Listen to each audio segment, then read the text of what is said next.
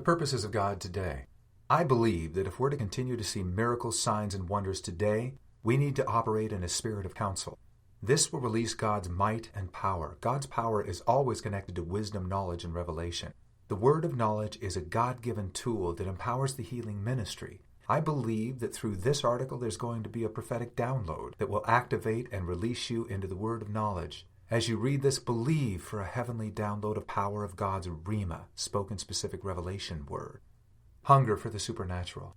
For many years, I've desired to walk in the supernatural. When I got saved, I was extremely hungry to walk in the Spirit. I read that Elisha had eyes to see into the heavens, and he prayed that the eyes of his servant Gehazi would be opened so that Gehazi could see into the heavens. Then they both saw into the second heaven. They saw angels and they saw demons. When I got saved, I thought, wouldn't it be great if I could see angels and demons? That would make it a whole lot easier in spiritual warfare, and then I'd really be able to cast out demons. I'd know if people had one or not because I could see it, and I'd know who the demon was because I could see what he looked like. It would be great in ministering healing against infirmities and sickness because you could see the spirit of the sickness, such as cancer, in somebody's body.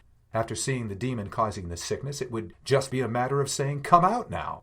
I was so hungry and zealous for that gift when I got saved that I began to pray fervently, "God, I want the eyes of my heart to be open." My favorite prayer became the prayer of the Apostle Paul in Ephesians chapters 1 and 3. I would pray, "Oh God, that the eyes of my understanding would be opened. I want the spirit of wisdom and revelation. I want to know what my Father is doing in heaven before he does it. I want the ministry of Jesus."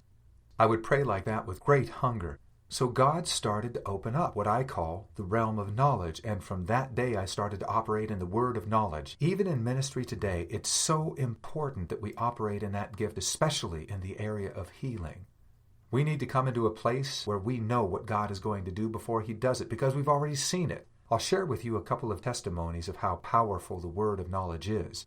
I want you to get hungry to experience and to really cry out for the Ephesians 1:17 grace from God to operate in wisdom and knowledge. Quite often before a meeting, I just lay before the Lord and I say, "Let me see that meeting, God. What will the altar call look like? When does it happen? What am I emphasizing? Let me see the miracles and healings, God."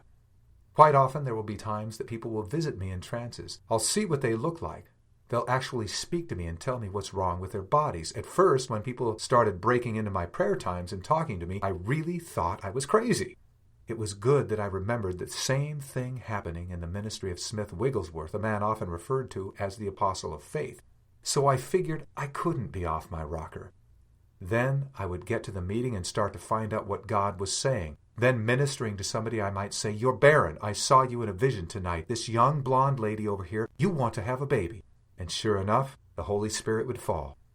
It's so important that we come to that place in ministry or in life decisions of seeing what is going to happen before it happens.